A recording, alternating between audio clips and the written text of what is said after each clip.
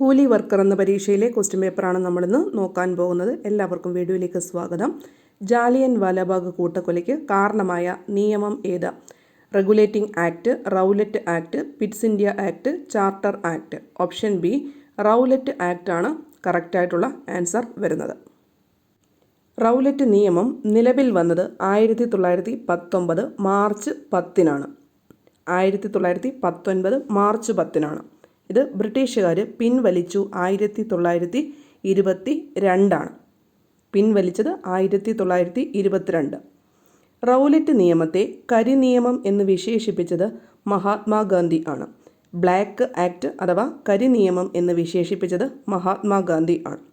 പഞ്ചാബിൽ റൗലറ്റ് വിരുദ്ധ സമരങ്ങൾക്ക് നേതൃത്വം കൊടുത്തത് ഡോക്ടർ സത്യപാലും ഡോക്ടർ സൈഫുദ്ദീൻ കിച്ചലുവും ആണ്. ഡോക്ടർ സത്യപാലും ഡോക്ടർ സൈഫുദ്ദീൻ കിച്ചലുവുമാണ് റൗലറ്റ് വിരുദ്ധ സമരങ്ങൾക്ക് പഞ്ചാബിൽ നേതൃത്വം കൊടുത്തത്. റൗലറ്റ് കമ്മിറ്റിയുടെ ശുപാർശ പ്രകാരം ഇന്ത്യയിൽ നിലവിൽ വന്ന നിയമം ആണ് അനാർക്കിക്കൽ ആൻഡ് റവല്യൂഷണറി ക്രൈംസ് ആക്ട് അഥവാ റൗലറ്റ് നിയമം. അനാർക്കിക്കൽ ആൻഡ് റവല്യൂഷണറി ക്രൈംസ് ആക്ട്.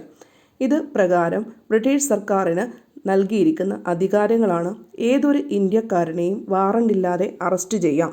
ഏതൊരു ഇന്ത്യക്കാരനെയും വാറണ്ടില്ലാതെ അറസ്റ്റ് ചെയ്യാം. വിചാരണ കൂടാതെ അനിശ്ചിതകാലം തടവിലിടാം. വിചാരണ കൂടാതെ അനിശ്ചിതകാലം തടവിലിടാം. പ്രത്യേക കോടതികളിൽ രഹസ്യ വിചാരണ നടത്താം. പ്രത്യേക കോടതികളിൽ രഹസ്യ വിചാരണ നടത്താം.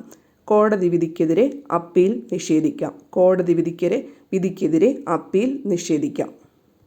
പ്ലാസി യുദ്ധം ബ്രിട്ടീഷ് ഭരണത്തിന് അടിത്തറ പാകിയെങ്കിൽ ജാലിയൻ വാലാബാഗ് അടിത്തറ ഇളക്കി. ഇത് ആരുടെ വാക്കുകളാണ്? ഓപ്ഷൻ എ മഹാത്മാഗാന്ധിയുടെ വാക്കുകളാണ്. പ്ലാസി യുദ്ധം ബ്രിട്ടീഷ് ഭരണത്തിന് അടിത്തറ പാകിയെങ്കിൽ ജാലിയൻ വാലാബാഗ് അടിത്തറ ഇളക്കി. ഇനിയും ഇത് കൂടാതെ കുറച്ച് വിശേഷണങ്ങൾ നോക്കാം. ബ്രിട്ടീഷ് ഇന്ത്യയുടെ ചരിത്രത്തിലെ കറുത്ത ദിനം എന്ന് വിശേഷിപ്പിച്ചത് വാലന്റൈൻ ഷിറോൾ ആണ്. ബ്രിട്ടീഷ് ഇന്ത്യയുടെ ചരിത്രത്തിലെ കറുത്ത ദിനം എന്ന് വിശേഷിപ്പിച്ചത് വാലന്റൈൻ ഷിറോൾ. ജാലിയൻ വാലാബാഗ് സംഭവത്തെ അങ്ങേയറ്റം ലജ്ജാവഹം എന്ന് വിശേഷിപ്പിച്ചത് ഡേവിഡ് കാമറൂൺ ആണ്. അങ്ങേയറ്റം ലജ്ജാവഹം എന്ന് വിശേഷിപ്പിച്ചത്. പൈശാചികമായ സംഭവം എന്ന് വിശേഷിപ്പിച്ചത് വിൻസ്റ്റൺ ചർച്ചിൽ. പൈശാചികമായ സംഭവം വിൻസ്റ്റൺ ചർച്ചിലാണ് വിശേഷിപ്പിച്ചത്. ഇന്ത്യൻ സ്വാതന്ത്ര്യ സമരത്തിൻ്റെ ആത്യന്തിക ലക്ഷ്യം പൂർണ്ണ സ്വരാജാണെന്ന് പ്രഖ്യാപിച്ച കോൺഗ്രസ് സമ്മേളനം. Option A Nagpur, Mumbai, Amravati, Lahore. Option D ലാഹോറാണ് ഈ ഒരു സമ്മേളനം നടന്നത്. ഇന്ത്യൻ സ്വാതന്ത്ര്യ സമരത്തിൻ്റെ ആത്യന്തിക ലക്ഷ്യം പൂർണ്ണ സ്വരാജാണെന്ന് പ്രഖ്യാപിച്ച കോൺഗ്രസ് സമ്മേളനം. ഓപ്ഷൻ ഡി ലാഹോറാണ്. കോൺഗ്രസ് സിവിൽ നിയമലംഘന പ്രസ്ഥാനം ആരംഭിക്കാൻ തീരുമാനിച്ച സമ്മേളനവും ഇതുതന്നെയാണ്. സിവിൽ നിയമലംഘന പ്രസ്ഥാനം ആരംഭിക്കാൻ തീരുമാനിച്ച സമ്മേളനം. 1929 ഡിസംബർ 31 ജവഹർലാൽ നെഹ്റു ഇന്ത്യൻ പതാക ഉയർത്തിയ സമ്മേളനവും ലാഹോർ സമ്മേളനം തന്നെയാണ്. 1929 ഡിസംബർ 31 ജവഹർലാൽ നെഹ്റു ഇന്ത്യൻ പതാക ഉയർത്തിയ സമ്മേളനം ലാഹോർ സമ്മേളനം ആണ്. ജവഹർലാൽ നെഹ്റു അധ്യക്ഷനായ ആദ്യ സമ്മേളനവും ഇതുതന്നെയാണ്. ലാഹോർ കോൺഗ്രസ് സമ്മേളനത്തിൽ ആണ് ജവഹർലാൽ നെഹ്റു ആദ്യമായിട്ട് INCയുടെ പ്രസിഡൻ്റായത്. ബംഗാൾ വിഭജനം നടത്തിയ British viceroy Dalhousie, Cornwallis, Wellesley, Curzon പ്രഭു. ഓപ്ഷൻ ഡി കേഴ്സൺ പ്രഭു ആണ് ബംഗാൾ വിഭജനം നടത്തിയത്. 1905 ബംഗാൾ വിഭജനം നടത്തിയത്. കൂടാതെ തിരുവിതാംകൂർ സന്ദർശിച്ച ആദ്യ വൈസ്രോയിയാണ് കേഴ്സൺ പ്രഭു. തിരുവിതാംകൂർ സന്ദർശിച്ച ആദ്യ വൈസ്രോയി കേഴ്സൺ പ്രഭു. പൊതുമരാമത്ത് വകുപ്പിൽ നിന്ന് റെയിൽവേ വേർതിരിച്ച വൈസ്രോയി കേഴ്സൺ പ്രഭു ആണ്. പൊതുമരാമത്ത് വകുപ്പിൽ നിന്ന് റെയിൽവേയെ വേർതിരിച്ച വൈസ്രോയി കേഴ്സൺ പ്രഭു ആണ്. ആർക്കിയോളജിക്കൽ സർവേ ഓഫ് ഇന്ത്യയുടെ ഡയറക്ടർ ജനറലായി ഡോക്ടർ സർ ജോൺ മാർഷലിനെ നിയമിച്ചതും കേഴ്സൺ പ്രഭുവാണ്. ആർക്കിയോളജിക്കൽ സർവേ ഓഫ് ഇന്ത്യയുടെ ഡയറക്ടർ ജനറലായി സർ ജോൺ മാർഷലിനെ നിയമിച്ചത് കേഴ്സൺ പ്രഭുവാണ്. ഇന്ത്യയിൽ റെയിൽവേ ബോർഡ് നിലവിൽ വന്നപ്പോഴത്തെ വൈസ്രോയി കേഴ്സൺ പ്രഭു ആണ്. ഇന്ത്യയിൽ റെയിൽവേ ബോർഡ് നിലവിൽ വന്നപ്പോഴത്തെ വൈസ്രോയി. ഇന്ത്യൻ യൂണിവേഴ്സിറ്റീസ് ആക്ട് 1904 പാസ്സാക്കിയത് കഴ്സൺ പ്രഭു ആണ്. ഇന്ത്യൻ യൂണിവേഴ്സിറ്റീസ് ആക്ട് പാസ്സാക്കിയത് കഴ്സൺ പ്രഭു ആണ്. ഇന്ത്യൻ നാഷണൽ കോൺഗ്രസിൻ്റെ സമാധാനപരമായ ചരമത്തെ സഹായിക്കാനാണ് താൻ ഇന്ത്യയിൽ വന്നത് എന്ന് അഭിപ്രായപ്പെട്ടതും കഴ്സൺ പ്രഭു ആണ്. ഇന്ത്യൻ നാഷണൽ കോൺഗ്രസിൻ്റെ സമാധാനപരമായ ചരമത്തെ സഹായിക്കാനാണ് താൻ ഇന്ത്യയിൽ വന്നത് എന്ന് അഭിപ്രായപ്പെട്ടത്. കഴ്സൺ പ്രഭുവിനെ ഔറംഗസീബുമായി താരതമ്യപ്പെടുത്തിയത് ഗോപാലകൃഷ്ണ ഗോഖലെയാണ് കഴ്സൺ പ്രഭുവിനെ ഔറംഗസീബുമായിട്ട് താരതമ്യപ്പെടുത്തിയത്. ലോർഡ് കിഷ്ണറുമായി ഉള്ള അഭിപ്രായ വ്യത്യാസത്തെ തുടർന്ന് രാജിവെച്ച വൈസ്രോയിയാണ് കഴ്സൺ പ്രഭു. ലോർഡ് കിഷ്ണറുമായുള്ള അഭിപ്രായ വ്യത്യാസത്തെ തുടർന്ന് രാജിവെച്ച വൈസ്രോയി കഴ്സൺ പ്രഭു. ഇന്ത്യൻ നാഷണൽ കോൺഗ്രസിൻ്റെ പ്രസിഡന്റായ ആദ്യ ഇന്ത്യൻ വനിത വിജയലക്ഷ്മി പണ്ഡിറ്റ്, അരുണ ആസിഫ് അലി, സരോജിനി നായിഡു, മാഡം ഭിക്കാജി കാമ. ഇന്ത്യൻ വനിത ആണ് ഇന്ത്യൻ നാഷണൽ കോൺഗ്രസിൻ്റെ പ്രസിഡന്റായ ആദ്യ ഇന്ത്യൻ വനിത സരോജിനി നായിഡു. ഓപ്ഷൻ സി ആണ് കറക്റ്റായിട്ട് വരുന്നത്. ആദ്യ വനിത ആനി ബസന്റ് 1917. സരോജിനി നായിഡു 1925 INCയുടെ പ്രസിഡന്റായത്. അടുത്തതായിട്ട് നെല്ലിസൺ ഗുപ്ത 1933 INCയുടെ പ്രസിഡന്റായത്. നെല്ലിസൺ ഗുപ്ത 1933. ഇന്ദിരാഗാന്ധി 1959 INCയുടെ പ്രസിഡന്റായത്. ഇന്ദിരാഗാന്ധി 1959. അടുത്തത് സോണിയാഗാന്ധി 1998.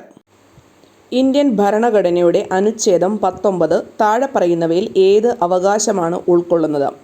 എ. ഭരണഘടനാപരമായ പ്രതിവിധിക്കുള്ള അവകാശം. ബി. ചൂഷണത്തിനെതിരായ അവകാശം. സി. അഭിപ്രായ സ്വാതന്ത്ര്യത്തിനുള്ള അവകാശം. ഡി. മതസ്വാതന്ത്ര്യത്തിനുള്ള അവകാശം. ആർട്ടിക്കിൾ 19 അഭിപ്രായ സ്വാതന്ത്ര്യത്തിനുള്ള അവകാശം ആണ്. ഓപ്ഷൻ സി ആണ് കറക്റ്റായിട്ട് വരുന്നത്. ഭരണഘടനാപരമായിട്ടുള്ള പ്രതിവിധിക്കുള്ള അവകാശം ആർട്ടിക്കിൾ 32 ഭരണഘടനാപരമായ പ്രതിവിധിക്കുള്ള അവകാശം ആർട്ടിക്കിൾ 32. ചൂഷണത്തിനെതിരായിട്ടുള്ള അവകാശം 23 24 ആണ് പറയുന്നത്. ചൂഷണത്തിനെതിരായ അവകാശം ആർട്ടിക്കിൾ 23 മുതൽ 24 വരെയാണ്. മതസ്വാതന്ത്ര്യത്തിനുള്ള അവകാശം ആർട്ടിക്കിൾ 25 മുതൽ 28 വരെയാണ് പറയുന്നത്. സ്വത്തവകാശം മൗലിക അവകാശങ്ങളിൽ നിന്ന് നീക്കം ചെയ്തത് ഏത് ഭരണഘടനാ ഭേദഗതിയിലൂടെ ആണ്? സ്വത്തവകാശം മൗലിക അവകാശങ്ങളിൽ നിന്ന് നീക്കം ചെയ്തത് 29, 25, 42, 44. ഓപ്ഷൻ ഡി 44ാമത്തെ ഭേദഗതി പ്രകാരമാണ് സ്വത്തവകാശത്തെ മൗലിക അവകാശങ്ങളിൽ നിന്ന് നീക്കം ചെയ്തത്. ആർട്ടിക്കിൾ 352 അനുസരിച്ച് അടിയന്തരാവസ്ഥ പ്രഖ്യാപിക്കാനുള്ള കാരണങ്ങളിലൊന്നായിരുന്ന ആഭ്യന്തര കലഹം എന്നത് മാറ്റി സായുധ വിപ്ലവം എന്ന വാക്ക് കൂട്ടിച്ചേർത്തതും 44ാമത്തെ ഭേദഗതി പ്രകാരം ആണ്. 1978 ആഭ്യന്തര കലഹം എന്നത് മാറ്റി സായുധ വിപ്ലവം എന്ന വാക്ക് കൂട്ടിച്ചേർത്തു. ക്യാബിനറ്റ് എന്ന പദം ആർട്ടിക്കിൾ 352 കൂട്ടിച്ചേർത്തതും 44ാമത്തെ ഭേദഗതി പ്രകാരം ആണ്. ജനതാ ഗവൺമെൻറ്റിൻ്റെ കാലത്താണ് ഇത് പാസ്സാക്കിയത്. അടുത്തത് 29ാമത്തെ ഭരണഘടനാ ഭേദഗതി എന്നത് കേരള ഭൂപരിഷ്കരണ നിയമങ്ങൾക്ക് സംരക്ഷണം നൽകുന്നതുമായി ബന്ധപ്പെട്ടിട്ടാണ് 29ാമത്തെ ഭേദഗതി പാസ്സാക്കിയത്. 1972 42ാമത്തെ ഭരണഘടനാ ഭേദഗതി എന്നത് മിനി കോൺസ്റ്റിറ്റ്യൂഷൻ ആണ്. കൂടാതെ ഫണ്ടമെൻ്റൽ ഡ്യൂട്ടീസ് ഭരണഘടനയിൽ ഉൾപ്പെടുത്തിയത് 42ാമത്തെ ഭരണഘടനാ ഭേദഗതിയിലൂടെയാണ്. 42ാം ഭരണഘടനാ ഭേദഗതിയിലൂടെ ആണ് മിനി കോൺസ്റ്റിറ്റ്യൂഷൻ എന്ന പേരിൽ ഇത് അറിയപ്പെടുന്നത്.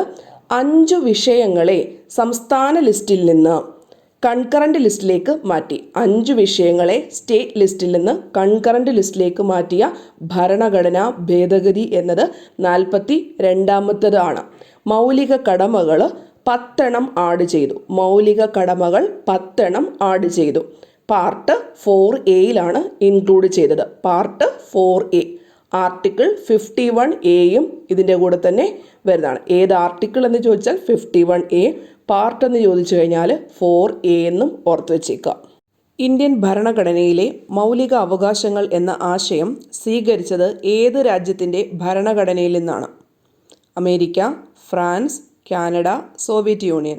ഓപ്ഷൻ എ അമേരിക്കയാണ് ഇന്ത്യൻ ഭരണഘടനയിലെ മൗലിക അവകാശങ്ങൾ എന്ന ആശയം കടമെടുത്തിരിക്കുന്നത് അമേരിക്കയുടെ ഭരണഘടനയിൽ നിന്നാണ്. ഇതുകൂടാതെ ആമുഖം ആയാലും സ്വതന്ത്ര നീതിന്യായ വ്യവസ്ഥയായാലും ജുഡീഷ്യൽ റിവ്യൂ, രാഷ്ട്രപതിയുടെ ഇംപീച്ച്മെൻറ്റ്, ലിഖിതമായിട്ടുള്ള ഭരണഘടന, വൈസ് പ്രസിഡന്റ്, സുപ്രീം കോടതി എന്നിവയും അമേരിക്കയിൽ നിന്നാണ് എടുത്തിരിക്കുന്നത്. മൗലിക അവകാശങ്ങൾ കൂടാതെ ആമുഖം, സ്വതന്ത്ര നീതിന്യായ വ്യവസ്ഥ, ജുഡീഷ്യൽ റിവ്യൂ, രാഷ്ട്രപതിയുടെ ഇംപീച്ച്മെൻറ്റ്, ലിഖിത ഭരണഘടന, വൈസ് പ്രസിഡന്റ്, സുപ്രീം കോടതി എന്നീ ആശയങ്ങൾ അമേരിക്കയുടേതാണ്. കാനഡയിൽ നിന്ന് എടുത്തിരിക്കുന്നതാണ് ഫെഡറൽ സംവിധാനം, അവശിഷ്ട അധികാരം, യൂണിയൻ സ്റ്റേറ്റ് ലിസ്റ്റുകൾ, സംസ്ഥാന ഗവർണർമാരുടെ നിയമനം, സുപ്രീം കോടതിയുടെ ഉപദേശ അധികാരം. ഫെഡറൽ നിയമം, അവശിഷ്ട അധികാരം, യൂണിയൻ സ്റ്റേറ്റ് ലിസ്റ്റുകൾ, സംസ്ഥാന ഗവർണർമാരുടെ നിയമനം, സുപ്രീം കോടതിയുടെ ഉപദേശ അധികാരം എന്നിവ കാനഡയിൽ നിന്നാണ് എടുത്തിരിക്കുന്നത്. റിപ്പബ്ലിക്ക്, സ്വാതന്ത്ര്യം, സമത്വം, സാഹോദര്യം എന്നിവ ഫ്രാൻസിൽ നിന്നാണ്. റിപ്പബ്ലിക്ക്, സ്വാതന്ത്ര്യം, സമത്വം, സാഹോദര്യം എന്നിവ ഫ്രാൻസിൽ നിന്നാണ് എടുത്തിരിക്കുന്നത്. സോവിയറ്റ് യൂണിയനിൽ നിന്നാണ് മൗലിക കടമകൾ എടുത്തിരിക്കുന്നത്. മൗലിക കടമകൾ സോവിയറ്റ് യൂണിയനിൽ നിന്ന്. പഞ്ചവത്സര പദ്ധതികളും റഷ്യയിൽ നിന്നാണ് എടുത്തിരിക്കുന്നത്.